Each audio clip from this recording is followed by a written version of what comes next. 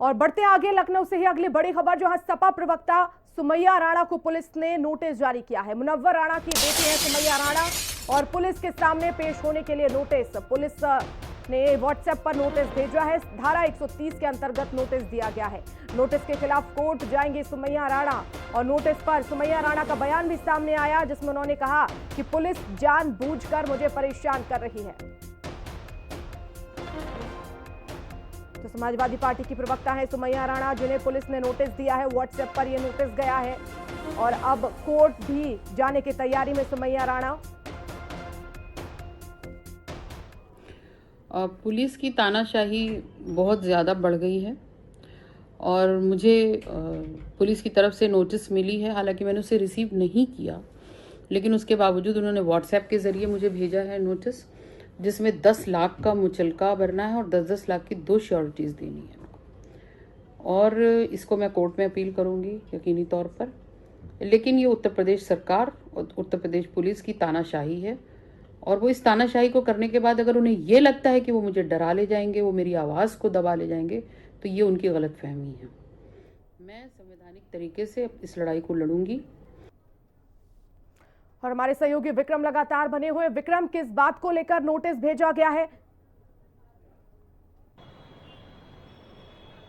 देखिए, बिल्कुल जब लोकसभा में वक्फ संशोधन बिल की चर्चा चल रही थी, तो उसी समय सुमैया राणा ने एक मैसेज पास किया था, जिसमें उन्होंने ये बात कही थी कि वो सड़क पर उतरकर इसका विरोध करेंगे। और पूरे उत्तर प्रदेश में पुलिस ने अलर्ट जारी किया हुआ था कि कहीं पर भी इस तरीके के प्रदर्शन नहीं होंगे।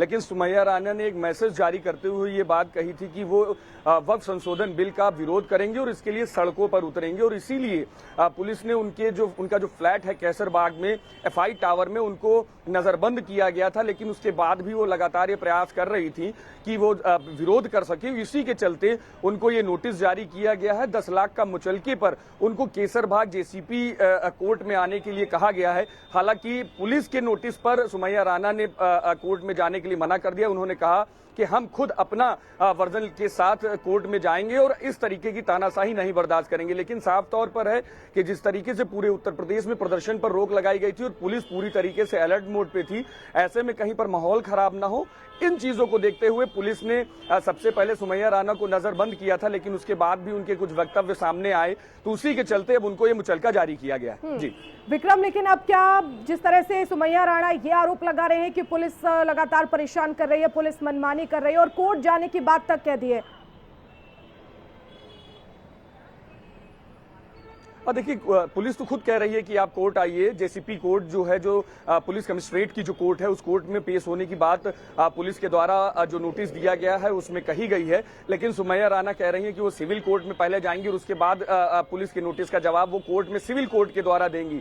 लेकिन हाल फिलहाल अभी तक की कोई ऐसा जवाब सुमैया राणा के द्वारा न सिविल कोर्ट में दिया गया है, न जेसीपी कोर्ट में दिया गया है। साफ तौर पर है, नोटिस की एक अवधि है। अगर उस नोटिस के बीच में अगर सुमैया राणा पहुंचकर अगर अपने आप को पेश नहीं करती हैं, तो उनके खिलाफ आगे विधिक कार्यवाही और मजबूत हो सकती है। जी, बहुत शुक्रिया विक्रम तमाम जानकारी के लिए। बढ़ते आगे, सीएम योगी ने अपने गोरखपुर दौरे के दौरान जनता दर्शन कर लोगों